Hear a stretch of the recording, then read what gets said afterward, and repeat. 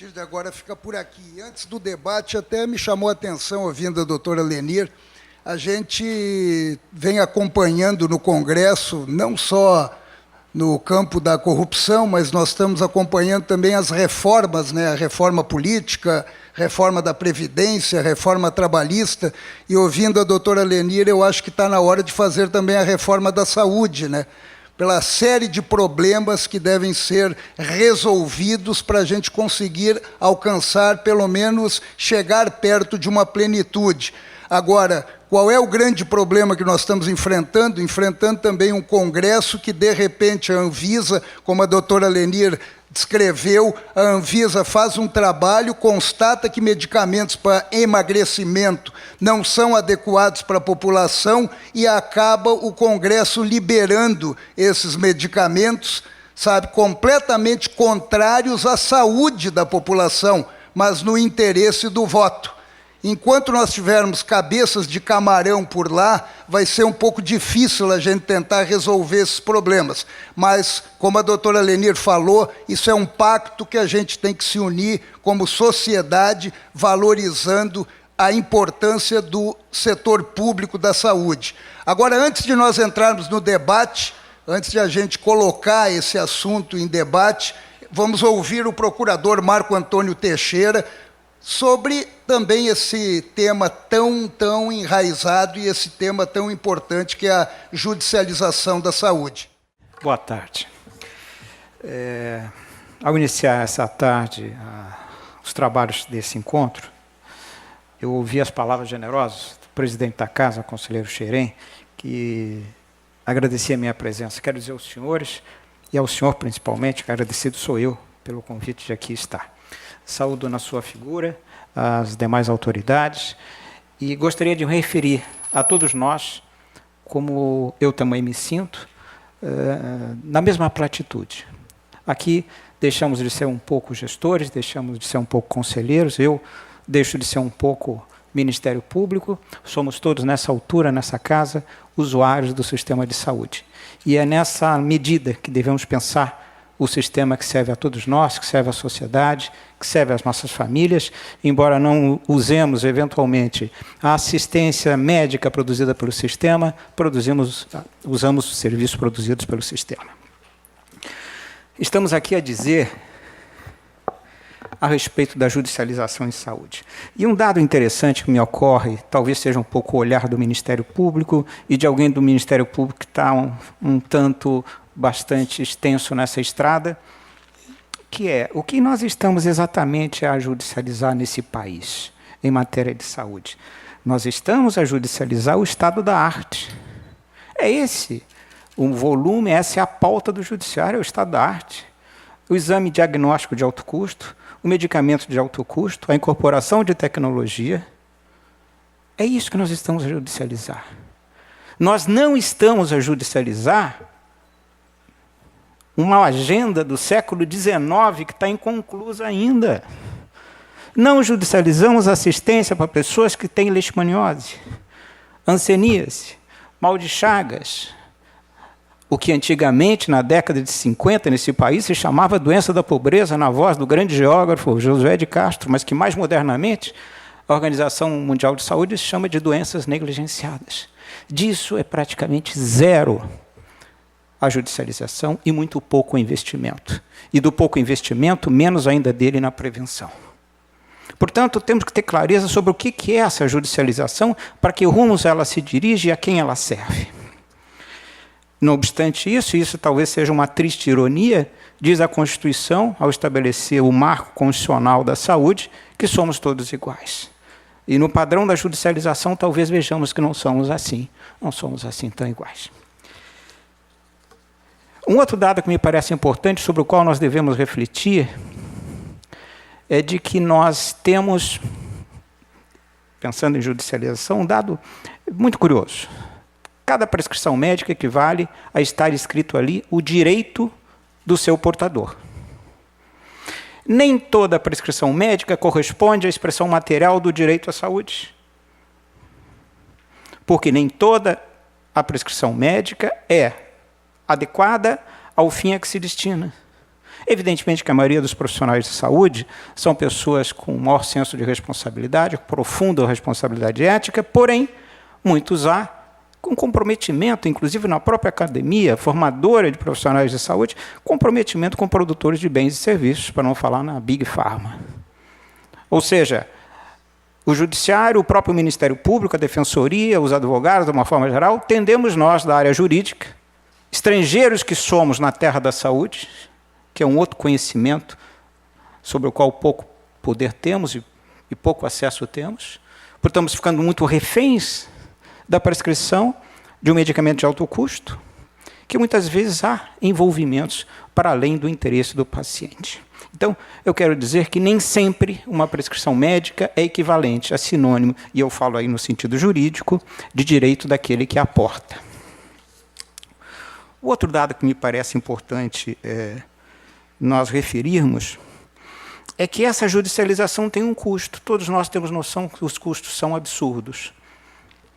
Para os padrões brasileiros, para os padrões da crise brasileira dos nossos dias. Porém, será que é assim mesmo? De quem são esses custos? Quem é que paga a conta maior para os cidadãos? Os senhores terem uma ideia, eu digo um truísmo, porque certamente esses dados são de conhecimento da maioria, mas, de qualquer forma, é importante marcar esse ponto do custo da judicialização. Ou seja, em 1992, a União Federal ela arcava com 72% do custo saúde no Brasil, custo público, 72%, fonte do Ministério da Saúde. Em 1992, ela gastava 72%, o resto se dividia entre estados e municípios. Em 2015, a União investiu em saúde, a fonte é do CIOPS, 42%. Ou seja, se esfumaçaram 30%. Quanto vale 1% do orçamento federal de saúde? Isso é uma coisa que... Bom, então, a União temos, para dizer uma linha, isso. Os estados, uma informação recente, 18 estados, entre os quais o Paraná, ainda não cumprem a emenda 29, ou seja, não colocam um mínimo de 12% de orçamento próprio na saúde. O Ministério Público tem ações contra o Estado, até o orçamento de 2014, portanto, temos 10, 12 ações com valores que se cobra do Estado, na soma dessas ações, em algo em torno de 6 bilhões e 500 milhões de reais. O que são 6 bilhões e 500 milhões de reais no Paraná? É exatamente aquilo, a diferença entre o que o Estado devia ter aplicado como mínimo e o que, de fato, ele aplicou. Consta também, para registro, que nenhuma dessas ações ainda está definitivamente julgada. Então, aonde recai o custo principal da saúde? Nos municípios, que estão exauridos, estão exaustos, estão com seus orçamentos, com seus fundos municipais de saúde esgotados. E havemos de convir, porque isso é um dado elementar de bom senso, que os tesouros municipais jamais poderão fazer frente às regressões orçamentárias da União e dos estados. E sobre eles recai o peso mais importante da judicialização, porque são os municípios, os entes federativos mais judicializados. E aqueles que menor poder de resposta, em termos de custeio, apresentam. Então, esse custeio da nossa judicialização, ele é absolutamente desbalanceado, desproporcional, injusto e inconstitucional. Inconstitucional, na medida em que trata de forma diferenciada entes federativos que têm que ser avaliados e tratados numa outra linha de percepção.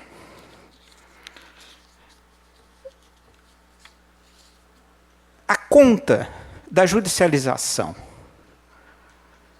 no Estado do Paraná para medicamentos, no ano de 2016, foi de 155 milhões de reais. Eu estou dando um número aproximado. Ou seja, o Estado gastou, por conta de atender a ordem de judiciário, 155 milhões de reais no ano de 2016. Se eu confrontar isso com 6 bilhões e meio que ele deve, a conta que era alta deixa de ser.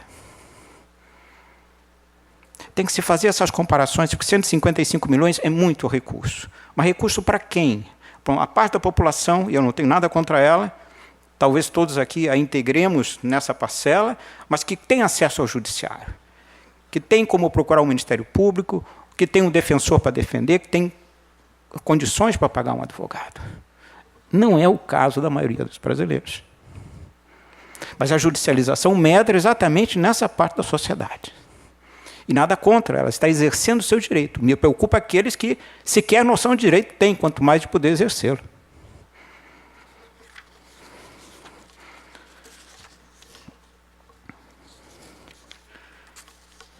E, bom, se esse é um estado muito mal descrito das coisas, muito mal descrito por mim, mas de alguma forma com algumas tonalidades um pouco mais sombrias, eu quero dizer que eu acredito profundamente nesse sistema. Dediquei provavelmente os últimos 15 anos da minha vida de Ministério Público a trabalhar com saúde. Não estou aqui como um crítico franco-atirador de um sistema no qual não acredito. Acredito. Mas não sou ingênuo e, na minha idade, não me posso permitir ingenuidades que me levem a conclusões espantosas. O sistema tem problemas. Mas vale a pena lutar. E eu acho que faz parte dessa luta termos algumas ideias na cabeça. Eu lhes trago algumas, um pouco descabeladas, mas, de qualquer forma, que podem nos fazer refletir.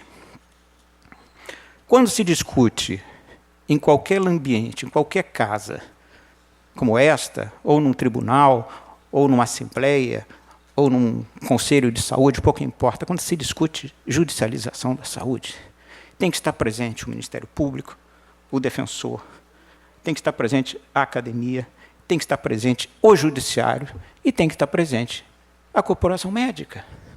Como é que estamos aqui a discutir judicialização, e nós não temos ainda fortemente a presença dos médicos, que são aqueles que prescrevem. O médico, ao assinar um receituário, ele, além de praticar o ato do seu ofício primário, que é cuidar de alguém, ele é um ordenador de despesa. Assim como o juiz, ao dizer o direito numa sentença, também é ordenador de direito, de despesa. E o grande problema da ordem judicial que concede algo a alguém na saúde é que, junto com a ordem, não vai o recurso. O recurso sai do fundo municipal, sai do fundo estadual e vai contingenciar áreas para as quais ele estava originalmente previstas, que não vão ser tão bem atendidas, porque, afinal de contas, a ordem, obviamente, deve ser cumprida.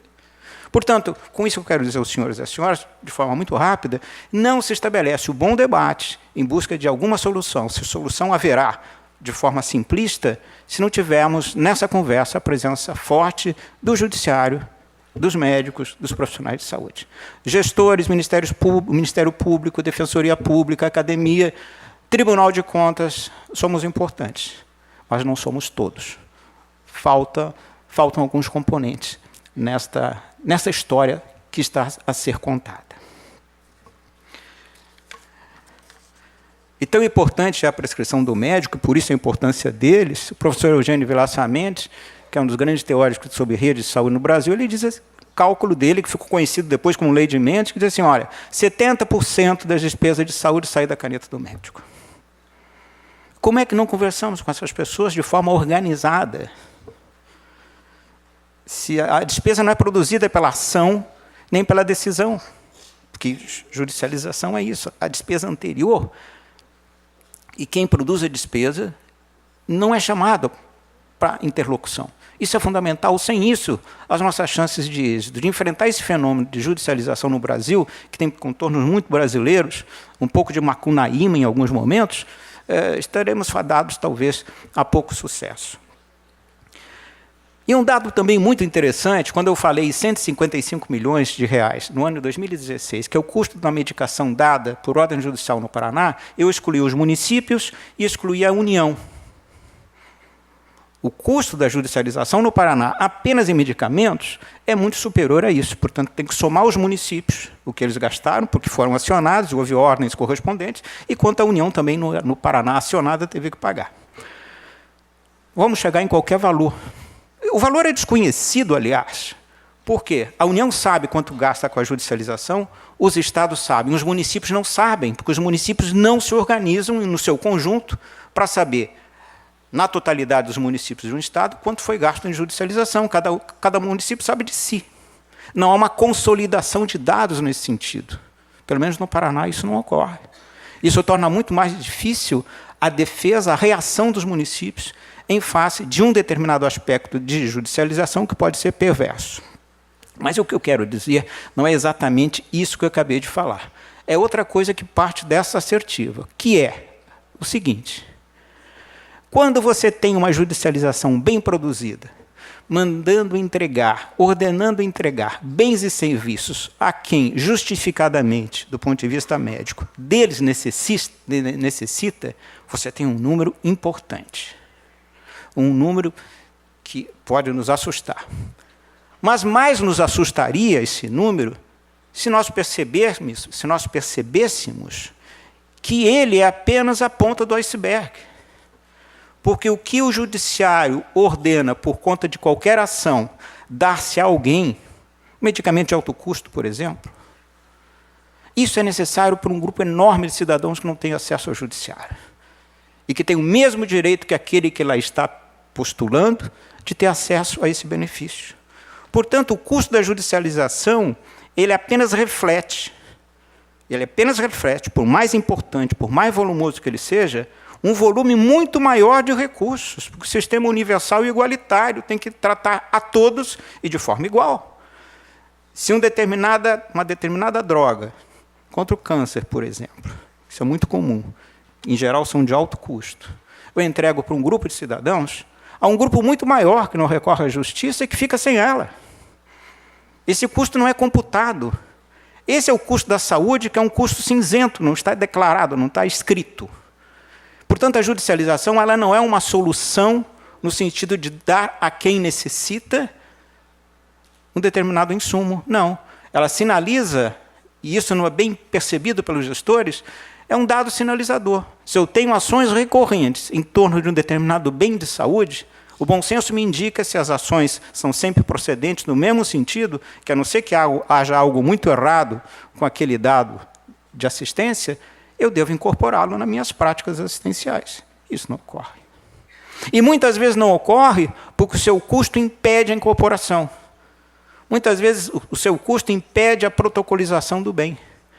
E aí fica uma coisa meio maluca. Qual é a maluquice da coisa? Né? O gestor, para pagar para alguns aquilo que devia pagar para todos, se ressente do gasto, que muitas vezes é volumoso, município de pequena expressão, pouca arrecadação, tem que pagar medicamento para câncer. Que custo é da União? Ele não cobra da União jamais o custo que ele obrigou-se a pagar por ordem judicial e tira da atenção básica o recurso do medicamento para câncer. E a União lava as mãos? Portanto, é disso que eu estou a falar. Por mais 5 minutos. Bem, o que eu gostaria de dizer mais conclusivamente para vocês também é: temos que pensar que tipo de judicialização temos no aspecto de quem é que tem acesso. É um dado muito interessante da literatura. O direito à educação, que é um direito social previsto no artigo 6º da Constituição, como todos nós sabemos, juntamente com a saúde, ele tem uma judicialização completamente diferente. No Brasil, você pede saúde individualmente. Na educação, você pede educação coletivamente. Ou seja, o estudo que eu me refiro aqui, que é um estudo de 4, 5 anos atrás, creio que ainda os seus dados são presentes e atuais, 2% dos casos em saúde são coletivos. Em 2% apenas se pede saúde ou bens de saúde para toda a coletividade ou para grupos de pessoas. 98% é ação individual em cima de ação individual. Por isso que a judicialização tomou o rumo que tomou, assumiu a proporção que assumiu. Né? Na educação, ao contrário, 81% da educação que se pede ao poder público é em caráter coletivo. Então, esses dados têm que nos fazer refletir. Por quê? Uma das razões, você não tem na educação a incorporação de alto custo que você tem na saúde e que gera ganhos estrondosos, né? Tanto para produtores quanto distribuidores, para quem propõe a ação na iniciativa privada. E dentro dos meus 5 minutos, que já são 4, eu gostaria de dizer alguma coisa. Nós que estamos aqui numa corte de contas, que é uma corte que trata das leis, eu também, na minha casa, que é o Ministério Público, também a nossa matéria-prima de trabalho são as leis, nos tribunais não é diferente, mas eu vou lhes dizer de 2 ou 3 leis que não estão nos nossos códigos, de 2 ou 3 leis que influenciam terrivelmente o fenômeno da judicialização e influenciam muito grandemente o fenômeno da gestão da saúde, né? Que são leis que não são codificadas. Essas leis estão na literatura de economia da saúde, mas que devem ser por nós observados. Nós, pelo menos no MP do Paraná, temos tido ao longo do tempo o cuidado de ter olhar, né, para essas coisas. Primeiro, a lei de Wildawski, que é um cientista político americano, que ele diz assim, a lei ficou com textos enormes, mas cunhando na essência, na medula, a lei diz assim, de Wildawski: os gastos do sistema de serviço de saúde vão aumentar até atingir o nível dos recursos disponíveis, de modo que esse nível deve ser limitado para manter os custos controlados. Ou seja, o aumento do gasto de saúde não é controlado. Por isso que no SUS você tem teto financeiro. Mas a tese da literatura em economia da saúde é que o gasto em saúde ele é expansível infinitamente, por isso que ele precisa ser limitado. Quais são as regras que temos para limitação? Pouco claras e, muitas vezes, pouco éticas, pouco democráticas, né? Segunda lei, a lei de Hart, que é um pesquisador inglês.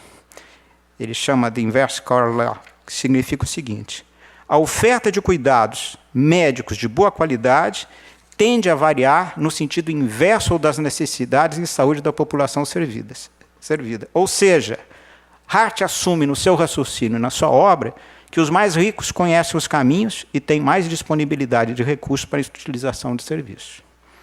E Hart conclui também, no final do seu estudo, que há uma tendência muito grande de iniquidade no serviço do sistema de saúde. Porque a parte mais esclarecida, mais favorecida em termos de recursos, sempre vai ter acesso, segundo esse estudo, à melhor parte da saúde.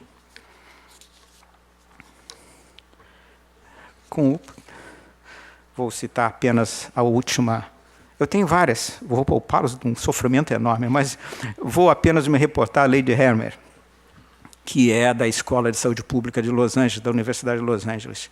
E esse dado é importantíssimo para nós que militamos em judicialização, militamos como gestores e lutamos contra essas adversidades diárias que são atrozes.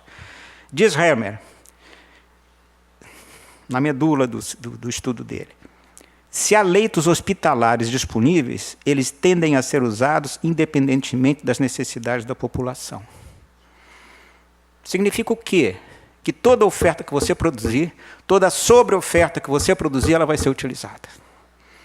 Você não tem nichos de ociosidade em serviço de saúde.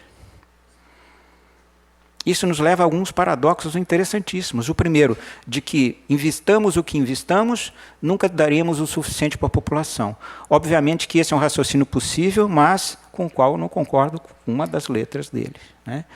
Mas é um estudo demonstrado. Toda a produção que você consegue oferecer para o sistema, em leitos, em exames, em profissionais de saúde, estrutura, equipamento, a tendência é que ele seja, em pouco tempo, 100% atualizado. Crie um hospital de 500 leitos em Florianópolis, esperem para ver quanto tempo você esgota a lotação desses leitos. Né? Isso significa o quê? Que não devemos fazer? Obviamente que não. É necessário construir hospitais, mas é necessário olhar para a atenção básica, que muita gente está usando leite de hospital porque não tem boa atenção básica.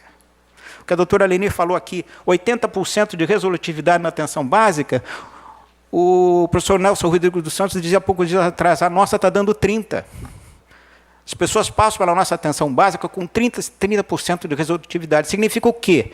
Não são bem tratadas. E como não são bem tratadas ou não são tratadas, elas vão adoecer mais, o Estado vai agravar e aí elas vão precisar de leito, que era um leito evitável. Né? Se bem construída, se bem administrada, se bem gerida, com bom investimento, que relativamente é de baixo custo na atenção básica. Eu encerro essas palavras que eu tinha a lhes dirigir, lhes dizendo uma coisa. Eu digo um pouco da minha casa, que é o Ministério Público. Eu uso uma expressão de um professor argentino, que é um grande professor e um grande penalista argentino, o Raul Eugênio Zaffaroni, ele tinha uma expressão muito curiosa, não tratando de saúde, tratando de direito penal, mas eu a transporto para a nossa conversa. Dizia ele, não é possível jogar futebol dentro do elevador. Alguém já tentou jogar futebol dentro? É impossível. Essa percepção do Zaffaroni, a gente tem muito clara no Ministério Público do Paraná. A gente sai do gabinete e vai para a rua. Vai para os conselhos de saúde do litoral, vai fazer capacitação de conselho no norte do Paraná, vai tratar com as comunidades de municípios de pior IDHM do Estado, chamando gestores para construir soluções conjuntas e evitar judicialização. Um esforço conjunto com o Estado, disse mal do Estado no orçamento, mas temos empreendimentos comuns muito bons. Ouvidorias do Estado, quando a gente começou na história de ouvidoria do SUS, as pessoas têm que ir lá no sistema e tem que ter para quem reclamar, para quem dizer as coisas. 150 municípios, dos 399 municípios, Paraná não tinha ouvidorias.